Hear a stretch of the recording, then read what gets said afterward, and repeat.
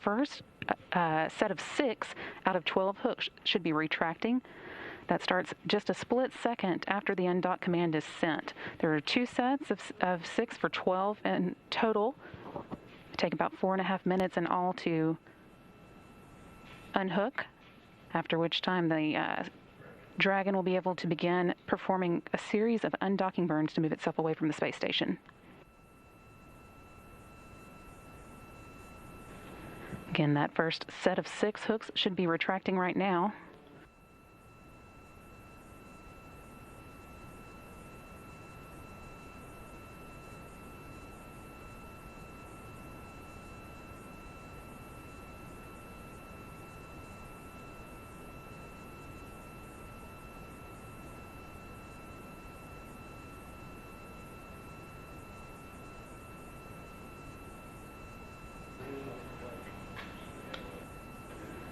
Live view here of the Dragon from the cameras on board the International Space Station. When it does move away from the space station, you should be able to see that in real time.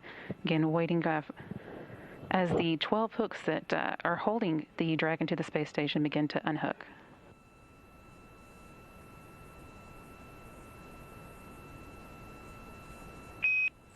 Dragon SpaceX on the big loop. First set of hooks open and nominal. Yes, copies, we see the same. Confirmation there from the core in Hawthorne that the first set of hooks was able to unlatch as expected. Now working on that second set of 6 hooks. Those 12 hooks have been holding the Dragon to the space station. And once they've all retracted, the Dragon will begin to perform a series of burns that will move it away. That's still about a minute or so away. First undocking burn should come at 7:34 p.m. Central Time. The first burn is only a minute and a half, or second and a half long.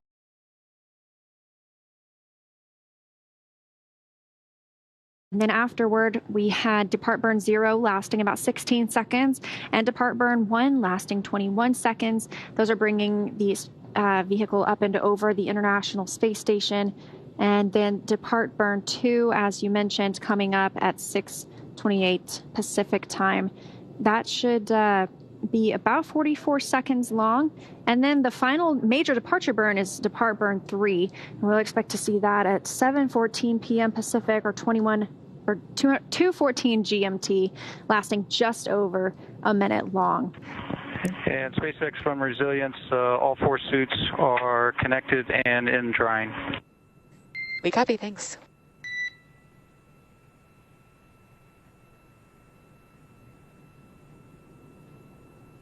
And that was Mike Hopkins confirming that they have docked.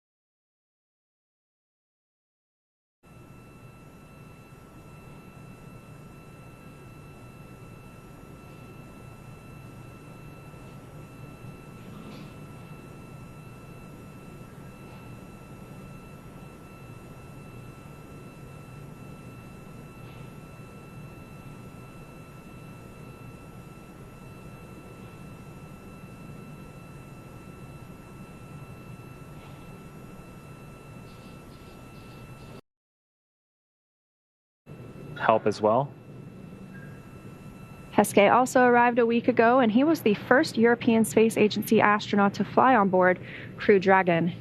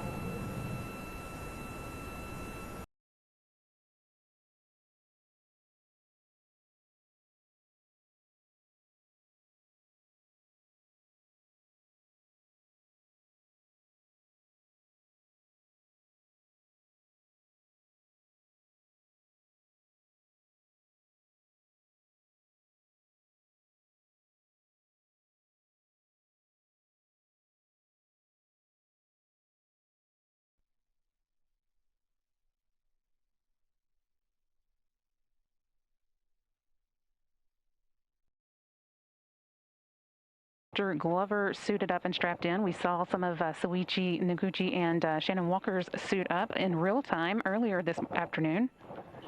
But now all 4 astronauts are in their seats and standing by for undocking. We've got a final go, no-go coming up in a few minutes where the joint SpaceX and NASA teams make their final call for Dragon to depart the station.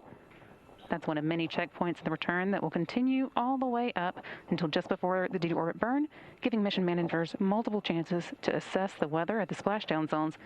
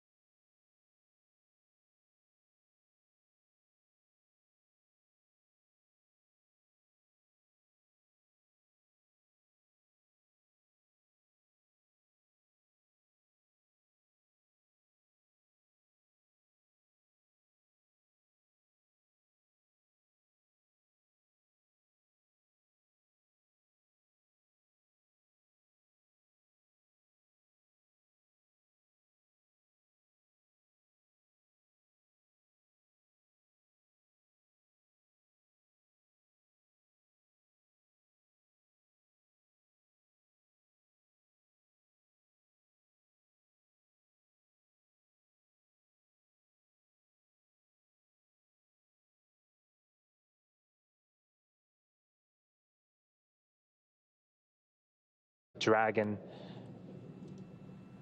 re-entering the Earth's atmosphere as it leaves that trail behind.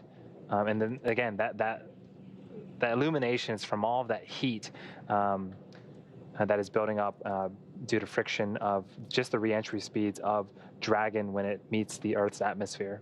And that view coming from the boat, Go Navigator, Crew Dragon continuing, as you said, to enter Earth's atmosphere. So having these two views right now, with it being a nighttime splashdown, pretty exciting that we're getting two good views upon reentry into Earth's atmosphere.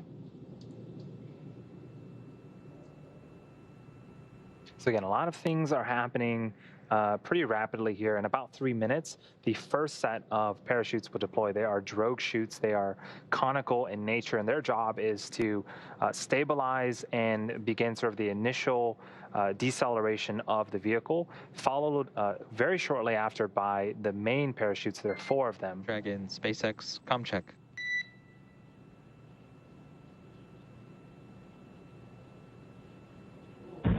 And SpaceX, this is Dragon, over 4Gs, 42 kilometers. SpaceX, we have you loud and clear. Expect automated chute deployment. And Resilience copies. We are at 40 kilometers, 4.34 on the Gs.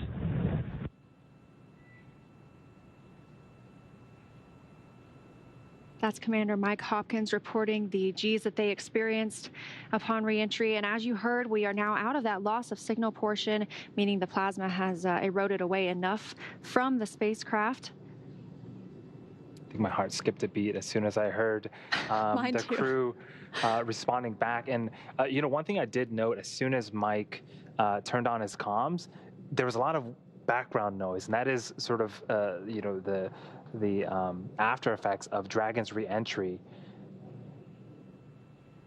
So this view again from the WB-57 aircraft.